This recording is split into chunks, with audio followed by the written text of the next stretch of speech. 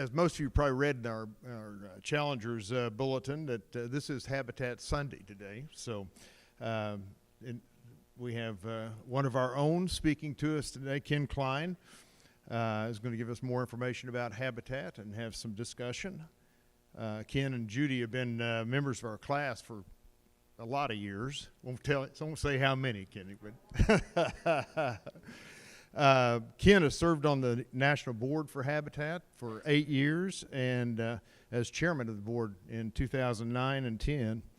And he is here today to give us a little bit more information about Habitat. So, Ken, come on up. I need this. You don't have,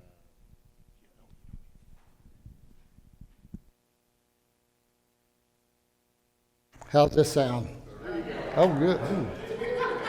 Kind of scared myself. So, Habitat Sunday. Let's talk just for a second about what Habitat Sunday is to the church and why we're doing it.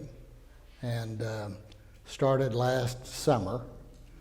Judy and I have had some funds set aside to do a project with Habitat for quite a while, a few years. And there's just nothing that's popped up that we felt good about. And all of a sudden it just sort of came to me, my guess is that was coming from here, that we should do a project with the church. And we should make it a project that is involved at all levels of the church. When I first brought it up with David and said we have a challenge grant, and if we can meet the challenge grant, then we'll have enough money to build a house. He said, just sit down with a few of your challengers guys and you'll probably get the money in about 5 minutes. And I said, well, I'm sure that's possible, but that's not what we want to do. We want the whole church to be involved. And so David thought about it and said, well, let's do the Christmas Eve offering. The offering was very successful, raised the money in just a day to more than cover the challenge grant. So that was wonderful. What's really cool about it is that the average donation, including those that came from the challengers class, is about $350. So that achieves what we were after, and that is to get it at the grassroots of the church. We want people to drive by that house with their kids and say, look, that's the Habitat house that we helped build. And it happens. Trust me, it happens. And so today then is the kickoff for this effort and this project and this build. And we thought, well, let's do this. And we have coloring books for the kids. Our new minister has helped put lesson plans together for the junior high and high school kids. We'll hear a little bit about it today in here. We're going to get to see the video of the family that we'll be building for, which is great. A little over 80% of the families that we build for in Tulsa are single parent families, and the majority of those are African American, which is fine. And that's sort of our target, wherever the need is.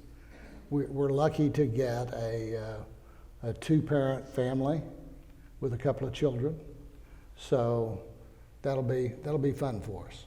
How much they'll want to embrace us, we have no idea, and it doesn't make any difference. Our purpose is to build a house for them. So we have studs over here to sign.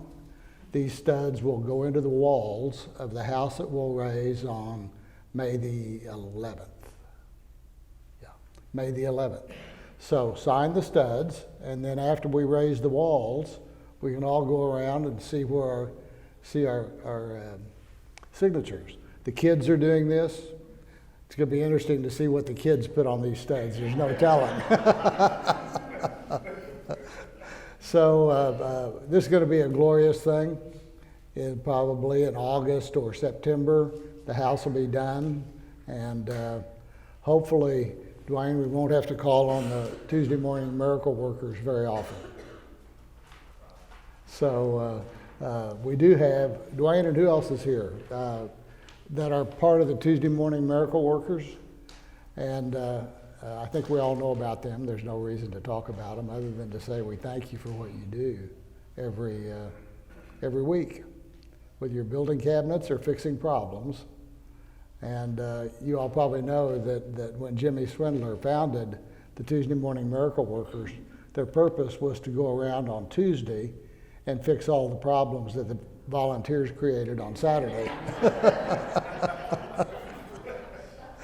So I was out by the house the other day. The slab's been poured, and so it's waiting for us for the wall raising. So let's talk a little bit about Habitat, and I wanted to talk today not about the organization so much as to go back to its roots and understand a little bit more about how it was formed, why it was formed, who came together to form it, and how throughout its history, its connection to our roots in theology, our biblical roots, has always been there.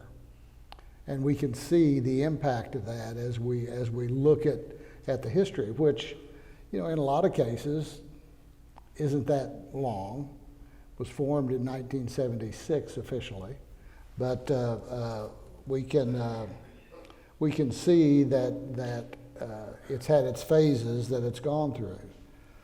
So a man by the name of Clarence Jordan, spelled Jordan, pronounced Jordan.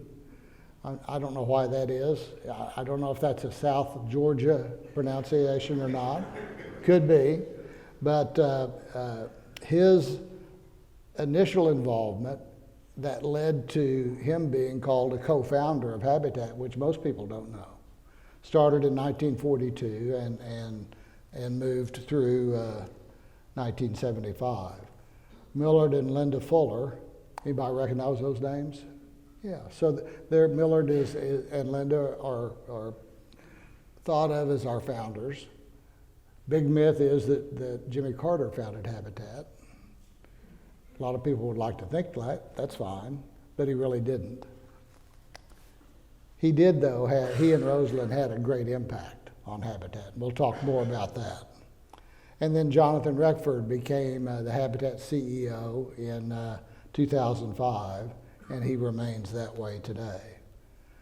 So if we talk about Clarence Jordan a little bit, he was born in 1912, and he is just a remarkable individual. And I'd urge you to look at him through AI or look at him through Google and just see what an interesting and gentle yet very dynamic soul he was.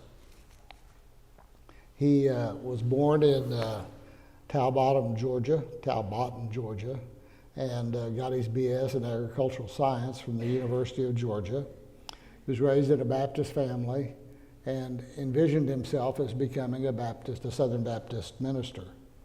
He went on to get a master's and a PhD from Southern Baptist Seminary, and his academic record, along with his roots in the ministry, really propelled him to his way of life. So probably his most noteworthy endeavor was to start Koinonia Farm in 1942. Now this is about 8 miles from Americus, Georgia, which turned out to be the founding home of Habitat. And it was a commune. It was an honest-to-goodness commune in every way that we think of a commune. In 1942, an interracial commune in South Georgia. You'd almost think that's an oxymoron. That couldn't happen. But it did. It did. And it thrived. Initially, it was built around farming. because the cost of farming for a small farmer or a poor farmer, the possibilities were just not there. And so Koinonia Farm was started to provide capital to help those farmers do things that they couldn't do because they couldn't afford to borrow money. The debt service on the debt to get their equipment would have been more than what they get off their crops. And so that was his idea behind it. And they would live together, they would exist together, be based on Christian principles, and it worked. Even though in the 50s and the 60s, they were shot at, they were bombs tossed, they were firebombed. They did everything they could. They were excommunicated from the local Baptist church, all the members at Koinonia. The local merchants refused to sell them or buy anything from them. So they basically did everything they could to get rid of them. It didn't work. Somehow they weaved their way through the the quagmire that existed. And we believe that they were able to do that because God's hand was in the plan. And so early on, when we think about the roots of Habitat, we see that one of the co-founders is very deeply committed to faith and to making that faith work for people who are less fortunate. And by the way, Koinonia still exists today. It doesn't exist so much as a place where people live as it does for farming. They have a great store where you can buy from soup to nuts. You see a picture here of a buffet that's being served. They do events, and they're very active in the community. And by the way, now very much embraced. So Clarence Jordan is also an author, and he's very quotable, as we'll see in a few minutes. But has anybody heard of the Cotton Patch Gospel? I know, Kim, you have. Maybe others have. Clarence took a couple of books of the Bible and just went through and deep South Americanized them. It's the best way that I can explain it. Starting with when Mary got pregnant and using those kinds of terms. When Joseph was going to, in Clarence's words, leave her while she was pregnant, and just steps through the whole story. You might think that that's sort of irreverent, and possibly it is, but it certainly resonated, and it resonated to the point that it became the Cotton Patch Gospel play that was written by Tom Key and Russell Tries. Harry Chapin's a name we recognize, and he did wrote all the music for it. So it ran off Broadway for 193 performances, which was considered quite a success. And it sort of put Clarence on the radar as somebody more than just this South Georgia activist and pacifist. So a few of his quotes. What the poor need is not charity, but capital, not caseworkers, but co-workers. And what the rich need is a wise, honorable, and just way of divesting themselves of their overabundance. Fear is the polio of the soul, which prevents our walking by faith. And you can see a couple of other quotes. A little handwritten note to a friend of his named George. Remember, no man is a failure who has friends. Thanks for the wings. I don't know if that was hot wings back then. I can't imagine it was, but anyway, something.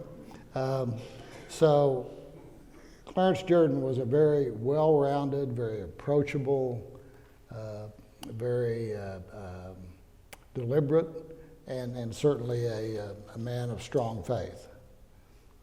So in 1968, Clarence wrote a letter, and it's to the Friends of Koinonia Farm. And this is the letter. It's 5 pages. I don't have it all up here because it's too much, but it is a phenomenal read. And anybody that wants a copy of this, if you'll just send me an email and tell me, I'll send you a copy of it.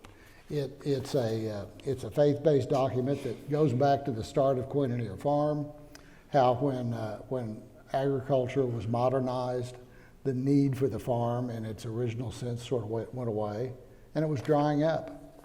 And so this is the point at which Millard Fuller and Linda Fuller enter the picture.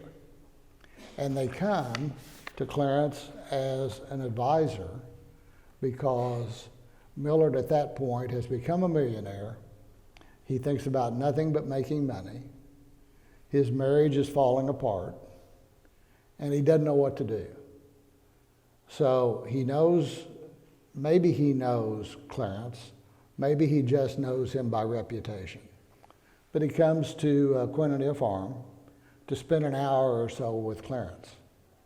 He was there for a month, as so many of these stories are, right? And one thing led to another, led to another, led to another. They prayed a lot, and Millard became convinced that he needed to do what Clarence was telling him to do, which is to give everything he has away and to basically work with Clarence. And it doesn't say, I guess we could equate that to put everything aside and come follow me. Not to try to equate Clarence with more than he is, but that seemed to resonate with Millard. He stayed there. By the end of the month, he'd given everything away. I'm sure he probably kept a little someplace in a little hidey hole or something.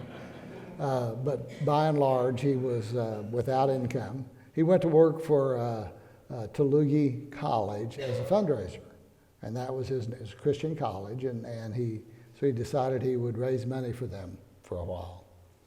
So this letter is very important.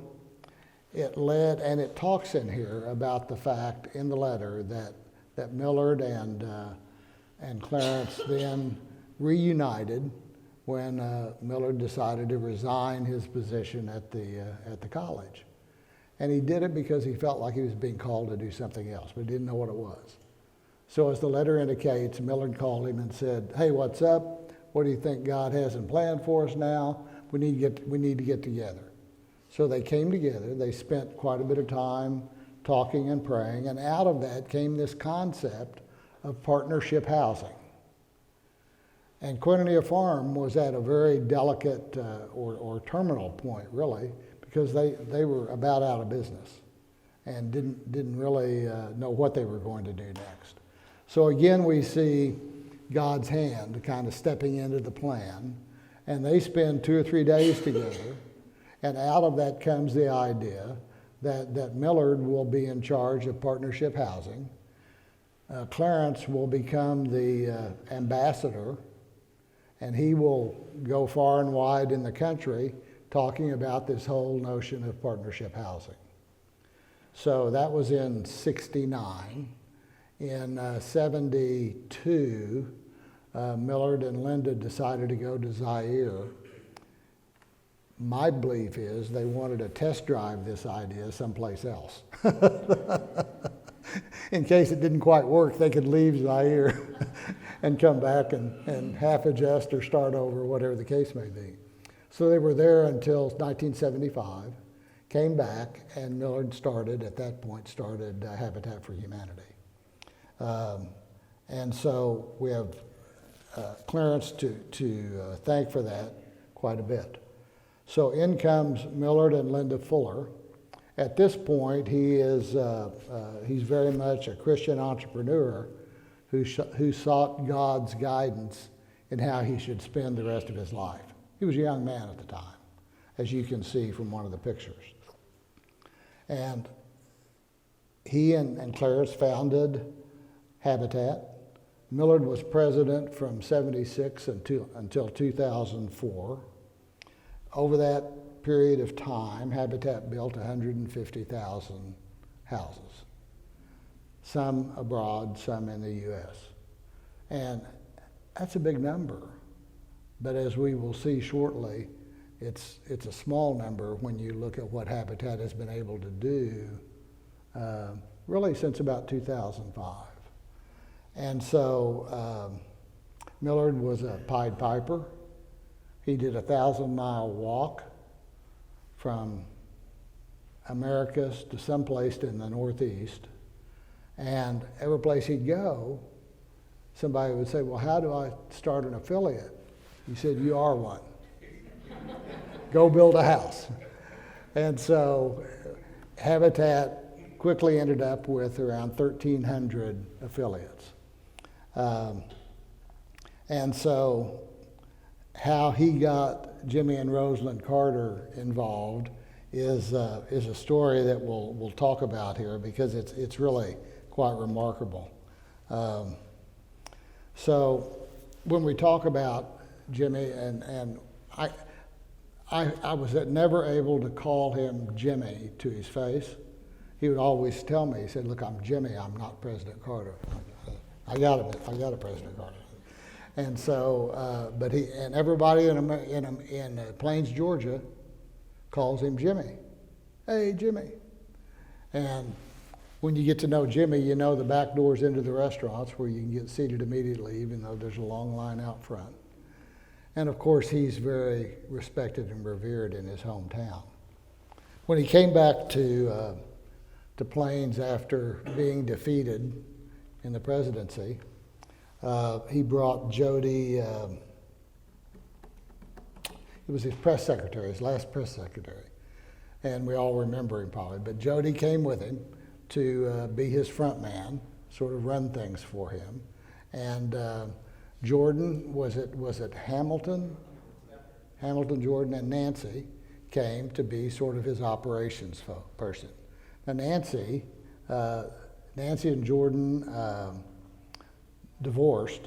Nancy stayed on with President Carter, and she was there, still there, taking care, being the guy, the person you have to get through to get to President Carter until a number of years after I was off the board. So Millard called for President Carter and didn't get a call back. Well, Millard's kind of this rambunctious guy, so he just goes public and says to the press, you know, a few miles down the road, we've got an ex-president that says he's a man of the people. I called him to talk about Habitat, and he won't even call me back. And so the story is that Jody goes to President Carter and said, you know, maybe we ought to call him back. You know, he's gonna blow this thing around. Let's just see if we can't put a thumb on it. So they call Millard, invite him down to Plains. It's all of 11 miles, I think, from Americus, to talk about Habitat. So the idea is that I think Jimmy had set aside 30 minutes to spend with Millard. And he was there 2 hours, 3 hours. That's kind of a fish story. You know, I don't know how long it was, but it was quite a while longer than President Carter had assumed it would be. And so the way the meeting ended, as the story goes, is that President Carter said, Millard, just give me a list of the things you want me to do. Because I think Millard was probably all over the board, you know, and every time President Carter would kind of go, okay, well then he'd get on to something else. How long that list is, nobody really knows. I've asked President Carter, and he just kind of, well, he never answered it. But we know there was a list that existed. And one of those things on the list was to come work with Habitat.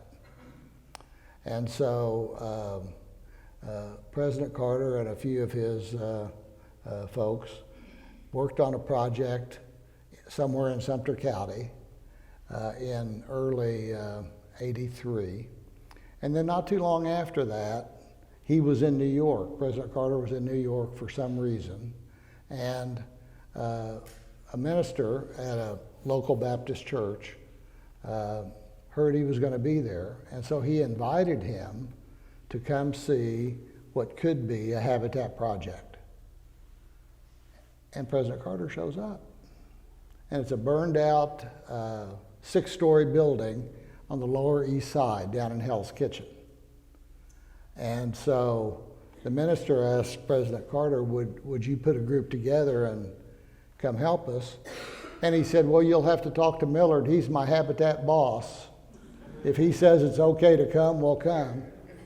So long story, a little bit shorter.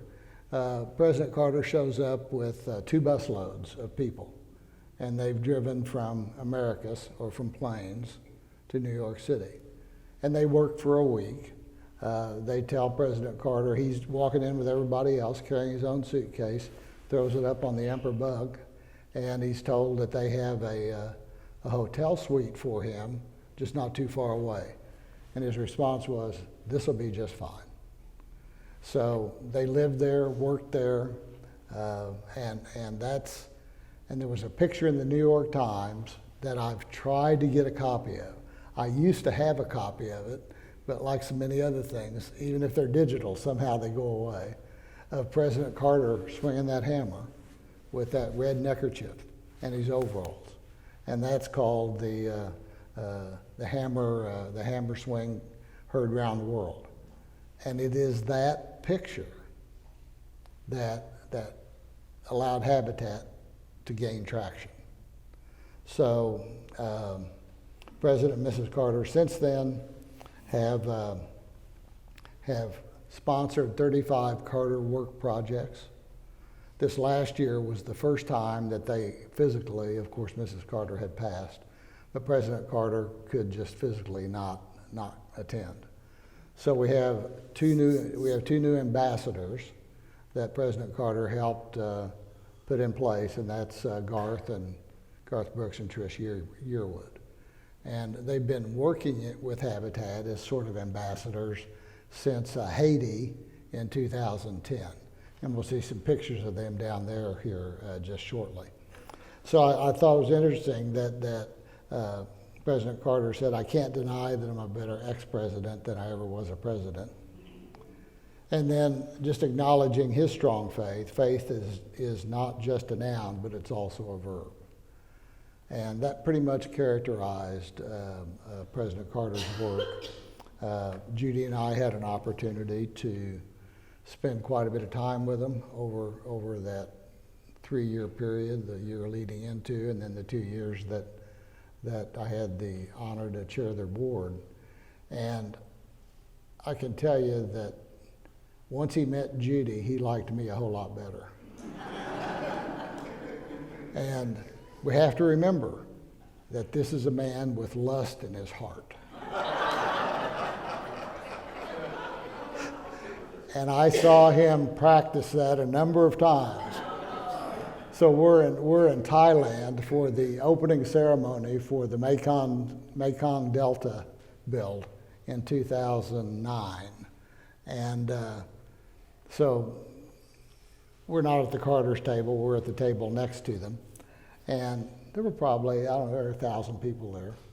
And it's a big deal, and a lot of in-country celebration, dancing, and so on, as there always is. So the Carters always like to leave a little bit early, a little bit ahead of the crowd. Of course, they have their Secret Service contingent with them. And so they've walked by our table, and they're heading over this way to the door, and all of a sudden, President Carter stops. And he turns around, and he comes over to our table. Doesn't say hi, bye, or to me. Walks by, leans over, and kisses Judy. So that was the first indication we had that there was a little bit of symbiotic relationship going on here. So that same week, that same week, we're out building this house. We're building 80 houses in 2 weeks to honor the King of Thailand. We're in Chiang Mai, Thailand, up near the Burma border. And we're building 80 houses to honor the King's 80th birthday. So we're working with President Carter on his house. And he comes over to me and he said, we're going to leave a little bit early today and we're taking Judy with us. I'm thinking, well, what about moi? Moi has to stay. He said, you'll stay here until 5. And one of your responsibilities is to supervise Chip. Now, we all remember Chip as kind of the ne'er-do-well son, right? He said, when you get back to the hotel, I want a report. I mean, that's just the way he was talking. I want a report on how Chip does.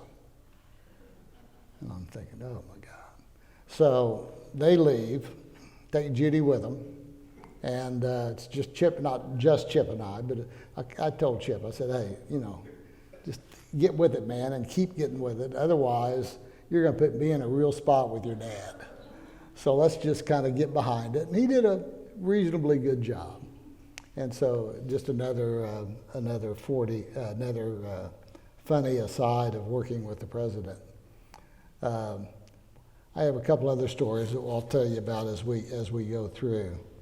So this pretty much summarizes what President Carter's feelings are. And he said it's just an unusual opportunity to work side by side with people, creating something that's going to benefit their life, where we're all equal. There's not somebody that's more important than anybody else. It's just a true sense of equality. And that's the way he lived his Habitat life. When he was walking around, and he always was building. Always had a house to build. It was his house. And I remember that first day at the Mekong Delta at Chiang Mai. So he's out there right at 8 o'clock, and he said, well, 8 o'clock. I said, where is everybody? I said, well, I'm sure they're on their way. I said, we just didn't want to get started too early. Too early? He said, Roseland and I have been up since 5. He said, we swam for an hour, walked for 30 minutes, had breakfast, and now we're here. This guy at the time is what, 80, in his 80s. And that was just the kind of guy he was. And you never, if he was around, you never wanted to not have, you always had to have something in your hands. Otherwise, he said, need something to do? And, he does have some leadership on a nuclear submarine somewhere in his past. He's a naval graduate. And I don't think he was a submarine commander, but he sure picked up the lingo and uses it very effectively. So now let's come to 2004. And Millard, up to that point, has had a board that he's pretty much handpicked. So it's sort of like a lot of nonprofits, sort of like a lot of churches. The minister, the president sort of picks the board, runs the board, and the board doesn't vote anyway except that what the CEO wants. And we ended up with some board members that had a little different view on the fiduciary responsibility, even in a nonprofit, that the board members carry. And there was a pattern over a few years of that just showed Millard, like many others, has feet of clay. And so there were a couple of accusations around what today we would call sexual harassment. Today they'd be just blown out of the water. I mean, they'd be everywhere. The board swept them under the rug and dealt with the people that were involved. A couple of the new board members said, that's not going to work. And this is about the time I joined the board. In fact, the lady that there were 2 people that recruited me. One was a lady that I served on a public company board in California with, a tech company. And she she said, you really need to get involved in Habitat. They really need you. And I was chair of the audit committee. We were just coming through a pretty rough time where we had to restate a couple of years of earnings and put some guys in prison and yada, yada, yada. I didn't know what she was talking about. I thought as a builder, she wanted me involved. It turned out to be far from the case. The day after I said yes, she sent me a string of emails about this long, talking about this back and forth with Millard. And the next day, she resigned from the board. And I'm thinking, oh my gosh, what have I gotten myself into? So I kind of looked over things, and I thought, this isn't about Millard. This is about a ministry that helps people. And so I think there were 4 new board members. 2 of us stayed, and 2 of us were strongly enough connected to Millard that they immediately resigned. I think we lost a couple of other sitting board members, but that was okay. So as a board, we offered Millard and Linda full compensation for the rest of their life. Millard would be the founder emeritus, but he couldn't have an office at Habitat, had to office someplace else. Just some of the normal things you would think that would go with a transition anyway. Okay, that'll be fine. Next day, no, I'm not going to do it. We went through that 3 or 4 times, and he'd agree, and then within 48 hours he would disagree. We got to remember that Millard, by education, was an attorney, and that would always kind of kick in at some point. So we reached out to President Carter and asked him to intervene to see what he could do to sort of mediate this. And he had a meeting with Millard and came back to us and said, you guys just got to do what you got to do, because I don't think you're ever going to get Millard to the table. He just can't turn loose of it. Doesn't disagree that there's some problems, but he just won't own them. So we fired him. We had to. And that, we had a board member at the time, Paul from North Carolina, who was a great individual, a very experienced administrator, and he stepped in to serve as our interim CEO for a year, gave us time to do the proper search, and I think we paid him $1, and he refused to take any expense money, so it was one of those deals. And so we found and hired Jonathan Reckford. Jonathan, a strong man of faith, had come to Habitat by way of Disney and Blockbuster. No, not Blockbuster. What's the place over on the BA about Sheridan?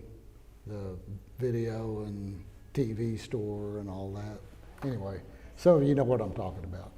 And so he had worked for them and then had gone to be the executive minister at the Fourth Presbyterian Church in Edina, Minnesota, which was back pretty close to his home. So he joined Habitat in 2005, and Habitat has done so many things since then that Jonathan's leadership is responsible for. And when we look at those, and we look at them by the numbers, new construction from, you can see about where Jonathan kicks in, and you can see what happens to the new construction numbers starting in about 2012. They just skyrocket. And on the slide to the left is what happens when you add disaster relief, renovation, and repair to that of building new houses. And so you have to look at the scales because they kind of look the same, except the scale on the left, the top line is 25 million, and on the right it's 16 million. So you can see the impact that broadening our scope of services to be more than just building new houses. You see the impact it had. And the reason for that, the reason we had to do that is, first of all, disaster relief, which we had not done before before the Asian tsunami.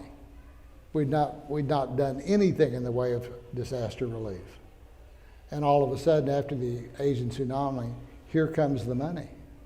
Everybody assumes that Habitat responds to disasters. So we felt like we had to do something.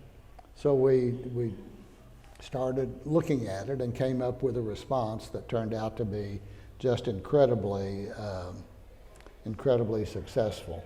I'm going to go here and talk about disaster relief a little bit more. And we'll come back then. Sorry for bouncing around. But in the Asian tsunami, we knew nothing. But again, we prayed about it a lot, and all of a sudden things started to fall into place. We had a lot of social engineering to do. It's the first time we really dawned on us that tenancy, whether or not you own the land, in most countries outside of the U.S., not even North America, but U.S. and Canada, there is no tenancy. The sheriff can come get your house anytime he wants it, and put his brother in there if he wants to. So in Thailand, now you've got a group, and it may be a group similar to this size to what we have here today, that all agree that, yeah, in this area we all lived. So we started off with, okay, somebody tell us where you think you lived in here. Well, I lived right here. So you put a name on it, draw a little circle around it. So who were your neighbors? So they'd come forward. So you end up getting this sort of a scatter chart that shows all of where everybody thinks they lived and where they want their house built. So you do that in some kind of drawing that's really not very official, has no standing, but everybody signs it. So that becomes the plat, right? And that's how we built the houses. So that was all new to us. We had no idea. So we're getting our feet on the ground, and we do get our feet on the ground. We have, I hear about these mobile block plants we have. I'm thinking, wow, this is pretty cool. You know, move them around, produce a bunch of block. A block plant is a little thing about this wide, about this tall, that you put mud into it and tamp it down. That's the block plant. And then you move it, let it, now we did take that to scale. We figured out a way that you could do about 50 block at a time, but still hand driven and set them off to dry. And that's what we used to build the houses. So most of the houses that we built were like 3 or 4 family dwellings, but it was all very successful. Other NGOs who had received money for housing ended up sending it to us because we were doing such a much better job of delivering on a cost-effective basis. So we ended up with about $175 million to invest in housing in the tsunami. Operation Home Delivery. So we're not even hardly off the ground with the Asian tsunami response. And here comes Katrina Rita. And more money starts coming in. And we had recruited Hugh McCall, who at the time was chairman of Bank of America and a very ardent Habitat supporter. We had recruited him to join our board. And he called me, he said, Ken, I was the guy that recruited him. He said, you got to respond. I said, we don't have any capacity. We're involved in this agency of mine. He said, you guys got to figure it out. So we did, and an amazing story unto itself. And we don't have time to really get into the depth of it this morning. But it was a collaboration of NGOs. We as a not just Habitat, but there were 1,000 to 1,200 to 1,500 volunteers a week showing up. Just showing up. I'm here to go to work. What do you want me to do? So I think it was the Red Cross that took responsibility for that and housed them and then turned some of them over to us and yada, yada, yada. So the first 100 permits that were issued were to Habitat for houses. And we built some phenomenal projects. Musicians Village, where 75% of the buyers were musicians. And the idea is that they would nurture the kids of the other families to become musicians. That resulted in Ellis Marcellus building a music center, which is a highly functioning NGO on its own now. So it was, and Haiti was an interesting response. You can see here that the houses are very small, one-room houses. You can see over to this side is a picture of the restrooms that go with serving a bunch of different houses. It's the same way with a water well. There's a water well for every 8 or 10 houses. And so when we got there to build, you can see in that center picture that's marked Haiti, can you see the white wall and then the gray wall above it? So the white wall was concrete. So when we got there, the concrete was all done. And we were going to set frame walls on top of that. And so we're getting started, and President Carter said, Ken, would you get those foundation bolts? Those are the little bolts that sit up that you kind of put the wall down on top of and bolt it down so it'll hold together. I said, yes, sir, I will. So I went around and straightened them all up, And so we start setting the wall sections. Get to the last one, and it's just a hair off. Won't quite set down. He looked over at me and he said, I thought I told you to straighten those out. And again, that's just who the man is. So Haiti was very successful.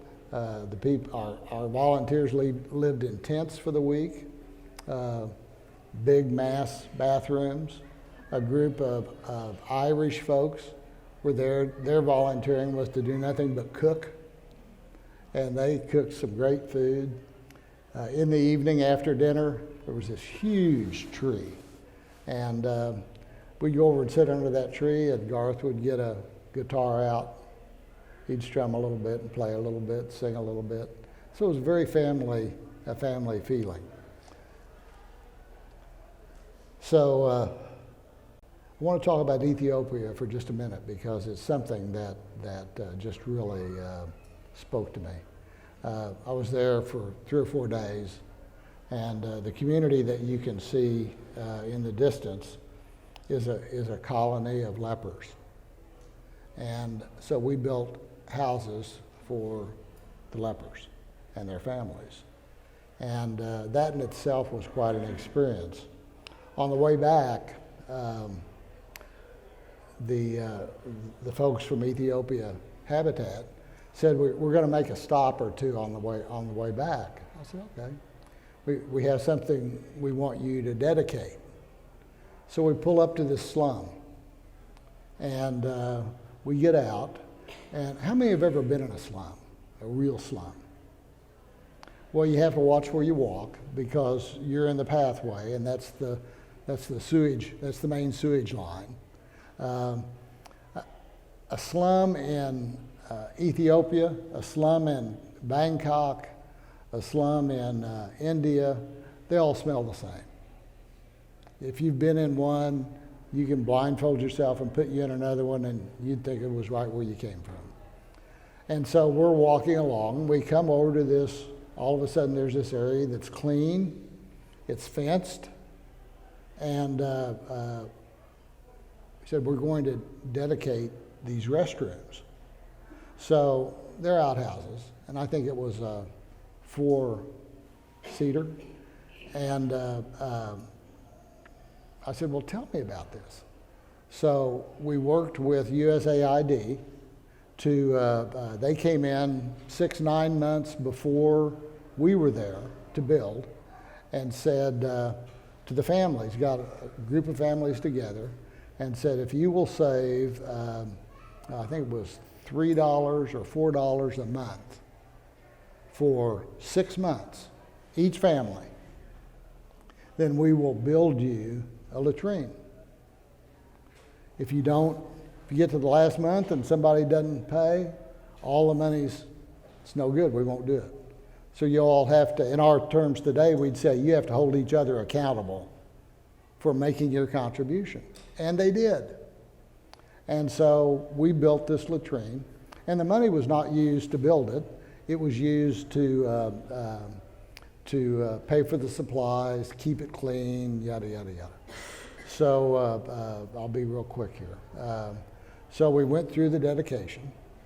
And the women, as you can see here, these are the women that were cooking the bread, always had this great smell, and roasting the coffee beans.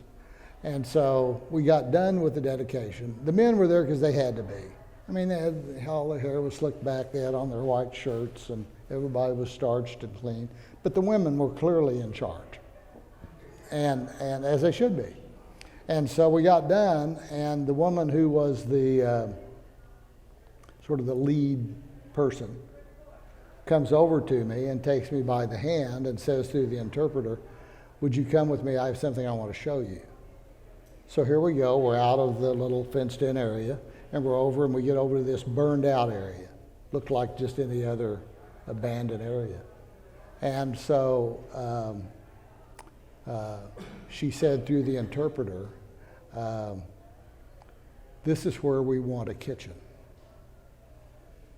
We have been able to save, and we know we can save more." Now this is these people making $1 a day. We can save more. And when we save enough, will you come back and build us a kitchen? Isn't that amazing? Such an amazing story. So we could go on talking, but we're going to get kicked off and kicked out, and that's all well and good. What I'd like to do is just take a couple of minutes and talk about my takeaways from having been on the board for 8 years, or having been able to travel and so on and represent the Habitat for a couple of years. Judy and I visited 28 countries. We met with a number of country presidents. We met with every place we met with the government about housing issues. We met with the Pope of the Armenian Church to talk about housing policy. And so we made a lot of friends. This upper corner here, a guy by the name of Ed Schreier, and I don't single him out except it's kind of a funny story. So he joined the board the same time I did. And he's a Canadian, and he's the former Governor General of Canada. And I don't know if that means anything to anybody or not. So it didn't mean anything to me. So I said, "Ed, what does the Governor General do?" And he said, "Well, when the Queen's not in the country, I represent her." And I said, "Oh, so you're the King of Canada." And so from then on, anytime I'd introduce him to somebody, I'd say, "Meet my friend Ed, he's the King of Canada." And so we just had a lot, and he was very energy interested. So he came to Tulsa a couple times to see some energy projects that we had going. And he and his wife Lily just became great friends of Judy and I. And then this little group of 4 guys, one from Australia, one from Guatemala, and 2 of us from the U.S. We became kind of the 4 horsemen, and we hung around a lot together, closed down a lot of bars, and but we had a lot of fun. And we've been together several times since we all retired from the board.